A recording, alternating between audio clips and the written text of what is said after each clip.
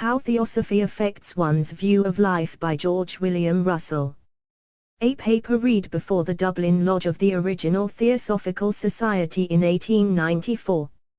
In asking you to consider with me the influence of the system of thought called Theosophy upon one's view of all the things which are included in the term life, I have to preface my remarks by the confession that I have not extracted my ideas from portly volumes, or indeed, engaged in any great research, and I have further to ask you to believe that what you will hear is the most unbiased statement, as far as possible, on the subjects which will necessarily come under notice.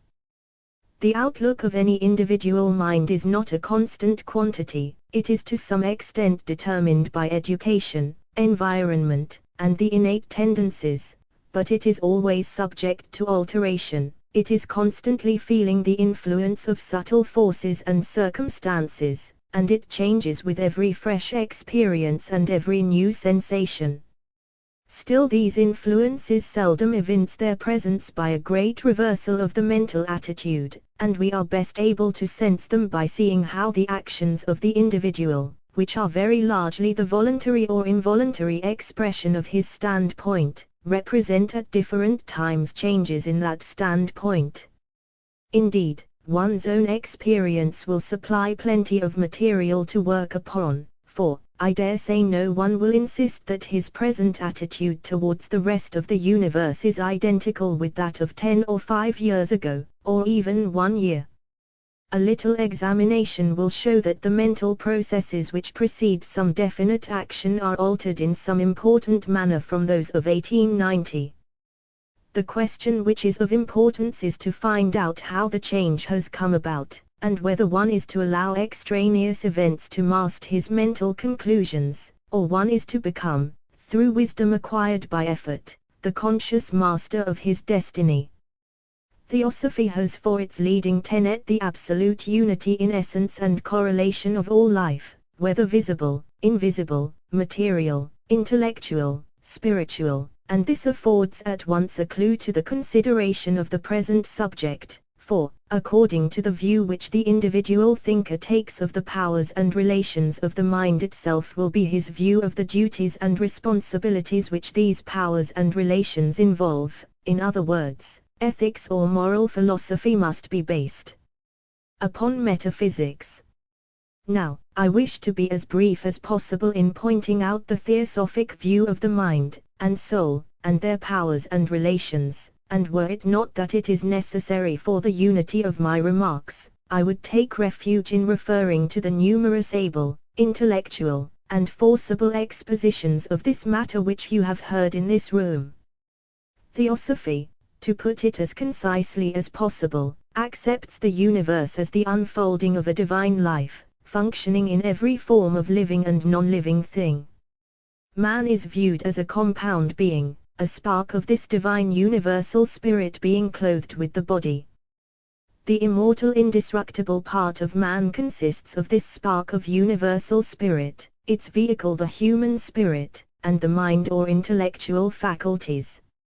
It uses as a dwelling the body, with its animal life, its passions and appetites, to which mankind is so prone to attach tremendous importance. The connecting link is the mind, which, being full of agitation, strong, and obstinate, senses all the material existence, is moved by the hopes and fears, and the storm of existence.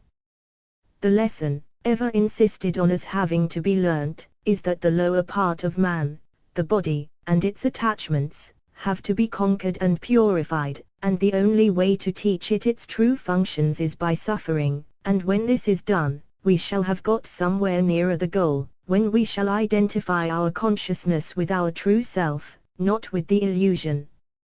The powers of the mind to sense all existence, and its relations towards the rest of our being as the connecting link, bearing the contact with external things towards the soul, and at times being the vehicle of the wisdom which is one of the attributes of that which has no attribute. I say, then, these powers and relations of the mind, which one finds everywhere treated of in theosophical literature, are the determining factors in the formation of our ethics.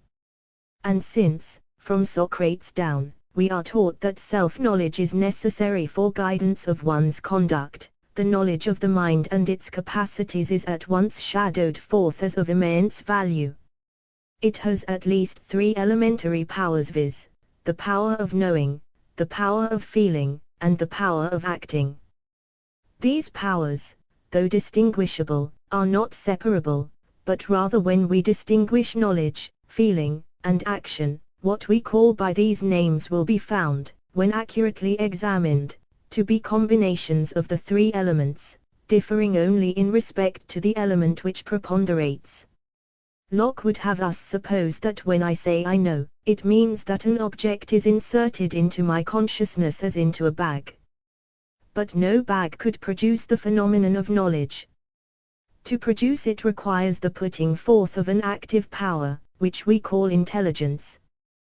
The knowledge of an object always produces in the mind some emotion with regard to it. This emotion is normally pleasure. Sometimes the difficulties which beset the acquisition of knowledge are so great and cause such dissatisfaction and pain that the mind is tempted to banish them, together with the object which excites them, from its consciousness. Knowledge and the emotions to which it gives rise induce those actions which are the result of the inherent activity of the mind stimulated by them. Thus we see that the antecedents of all action include intelligence as an active power, and ethics, more particularly theosophical ethics, are seen to have practical value, and not merely a speculative interest. Having digressed thus far from my subject, the point to which I proceed to address myself is the working out on the individual of the system of which I have tried to shadow forth the greater truths. The first class I will deal with are the indifferent. To them, Theosophy presents the widest possible field of, and reasons for, activity that can be desired. It shows that no action is without its direct permanent result, and that consequently the position of the indifferent is absolutely untenable. No one who has studied theosophical literature can ever find there a justification for mere laissez-faire. It points out the enormous value of what we call trifles, and the comparatively trifling value of what the indifferent would take most note.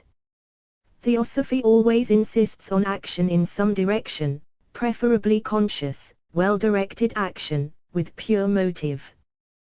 The agnostic is, as it were, Theosophy's special care. It shows him at once the directions in which further, fuller, and greater knowledge of every branch of science or philosophy can be gained. It says to him, pursue your previous method of inquiry, and remember, taking nothing for granted, do not accept others' authority. Seek for knowledge, we can only point the way we have ourselves gone. Investigate every nook and corner of your mind, and learn how to control it and your sense perceptions. Then you will no longer mistrust your results as possibly imperfect, but you will have attained to some closer contact with truth. To both the agnostic and the indifferent, the study of Theosophy will bring a consciousness of the responsibility towards others, which is the basis of our universal brotherhood. It will tend to remove the personal element which has hitherto done so much to cloud and obscure one's investigations, and it will gradually lead to the elimination of the anxiety as to results, which will bring us, by the removal of remorse or approval, to calmness of mind, in which condition great work can be achieved. The appeal of Theosophy to the scientific investigator is practically identical with the last. It will show him what so many of his confreres are more or less tacitly recognizing, that the hopeless and soul-deadening belief of the materialist, that all the growth of the race, the struggling towards a higher life, the aspirations towards virtue shall absolutely vanish, and leave no trace, is a crushing mental burden which leads to absolute negation. It will show the spiritual nature of man in perfect consistence with the true theories, and as dependent on fundamental laws and causes. Coming from the region of unbelief to belief, to use these words in their narrowest sense, let us consider what way Theosophy will affect a believer in doctrines of some system of religious thought. To take the ordinary Protestant first, Theosophy is apparently likely to fail on account of its taking away the personality of the deity, and the habit of prayer, for to both of these doctrines the earnest churchman is attached. But if it does do so, what does it substitute? It puts forward an atonement, not an atonement of 1861 years ago, but a daily atonement to be carried out in each one's life, and having as great an influence on one's fellows. It suggests the possibilities are within each one of us, if we but seek the true path. Also, and this is a small point, it removes the horrible canker of church government, which ministers so powerfully to the idea of separateness and personality, and lastly, it offers, in place of mouthing prayers to a God whom one is taught to fear 10 times to the once that love is insisted on, a union with that higher self which, if pursued, brings peace, wisdom, an infinite compassion, and an infinite love. What has Theosophy to offer to the Roman Catholic? All that it offers to the Protestant, with this addition, that not merely one woman is exalted, but all womankind as being of the same essence and spirit of all nature. It shows that there is no superiority, but that by effort, by training, by aspiration, everyone, both man and woman, shall be found worthy of being taken into heaven, and joined again to the one source of life and being. It shows the whole doctrine of saintliness and blessedness to have a source in truth, though overlaid and altered. And what of the other sheep? What of that soul which, feeling compelled by its intuitions to recognize the essential divinity of man, yet find no expression in the churches which will fit into its emotional nature? What of him whom, for want of a better word, I shall call a symbolist, who is always striving to express in some form of art or thought, that divine energy which is wisdom, consciousness, and energy all in one? Does not Theosophy afford the very best outlet for his soul force? Are not its ideas on a level with, if not higher than, what his most sublime moments of feeling can bring before him? Surely if anyone can find peace in its bosom, the symbolist, ever struggling to express his sense of the true, the beautiful, which are, after all, but a second reflection of the higher mind, with its knowledge of the essence of all life, can therein do his noblest work for humanity in company with those who, having previously done all they could for the race through a sense of duty arising from intuitions they declined to recognize, have found in the doctrines of Theosophy the broadest possible field for such work, and the purest motive. And now, changing from particular types, how do we look upon Theosophy as a power in ethics?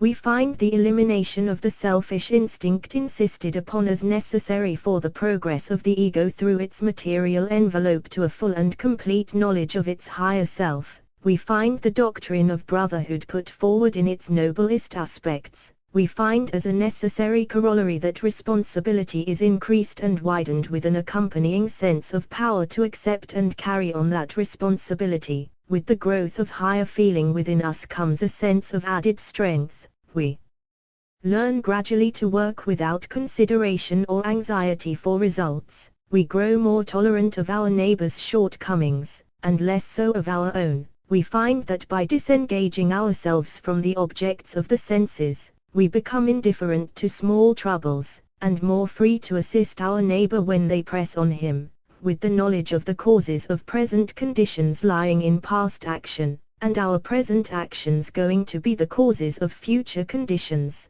We place ourselves in a position to work to the full extent of our powers to set in motion such causes as will bring about the happiest results for humanity as a whole.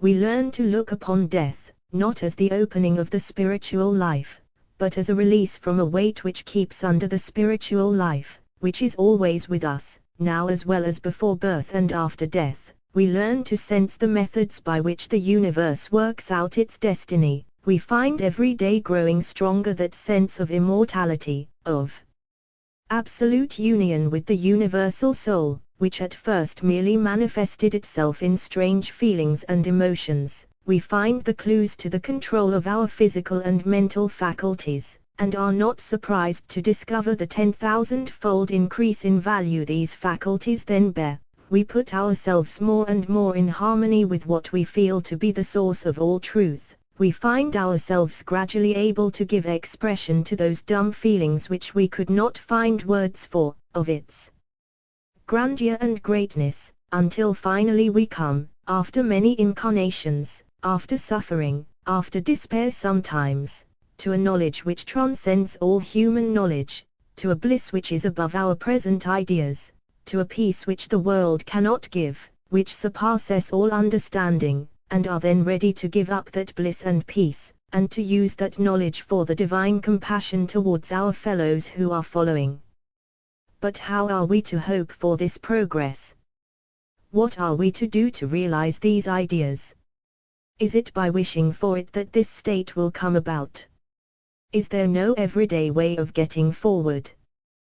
These are some of the questions which will rise naturally to the lips of any here who are not thoroughly acquainted with theosophical ideas, and what have we to say in reply? Are we to confess Theosophy is a doctrine only for the learned, the cultured, the wealthy? Are we to acknowledge that Christianity or agnosticism is more practical, easier for the men in the street to grasp? Are we to say that Theosophy is not a gospel for today? No, 1,000 times no. If there is one result of a study of Theosophy, it is the gaining of hope, a sure and certain hope, which soon becomes trust, and later, knowledge. I affirm most strongly that there is no one to whom Theosophy in some of its myriad aspects does not appeal, and appeal strongly enough to cause it to be the ruling passion of his existence, but I do also affirm as strongly, that in Theosophy, as in all other things, what are necessary are pure motive and perseverance. It costs no one anything to spend an hour a day in meditation on some aspect of life, in thinking of our eternal nature and striving to place ourselves en rapport with our highest ideals of purity, nobility, truth. Then cannot we get the idea of universal brotherhood firmly fixed in our consciousness as an actual reality to be attained, and always act upon that basis? To me, the thought of the absolute unity of all life, affords as high an ideal for putting into practical shape as my deficient development allows me. Cannot we get this ideal or some other ideal so essential a part of our thought that it colors all our feelings, emotions and actions? We will then be doing our part in the struggle. We will not be of the Laodiceans, who were neither hot nor cold. Let us try this, let us see whether it will have such an effect, and if we, by our personal experience, have convinced ourselves of the reality of this, let us progress further, and by further trial find out the greater truths beyond. Reincarnation and karma are essentially doctrines for the poor and needy, mental and physical. Intellectual subtleties are not needed in Theosophy, it is spiritual perception, and who will dare say to the poor that they have less of this than their fellows? The only region where the exclusiveness argument can have even a momentary hold is with regard to occultism. There is in most people's mind a distrust of anything secret. But remember, believe only in what your own test has shown you to be true, and learn not to condemn those who have found some irresistible impulse urging them forward to seek further.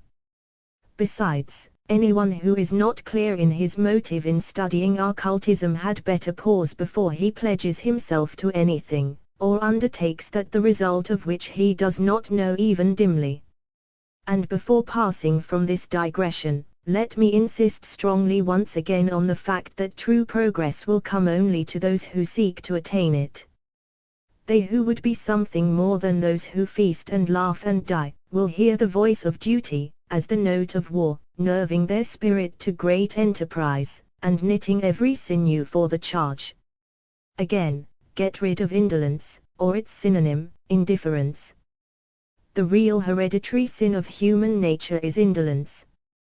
Conquer that, and you will conquer the rest.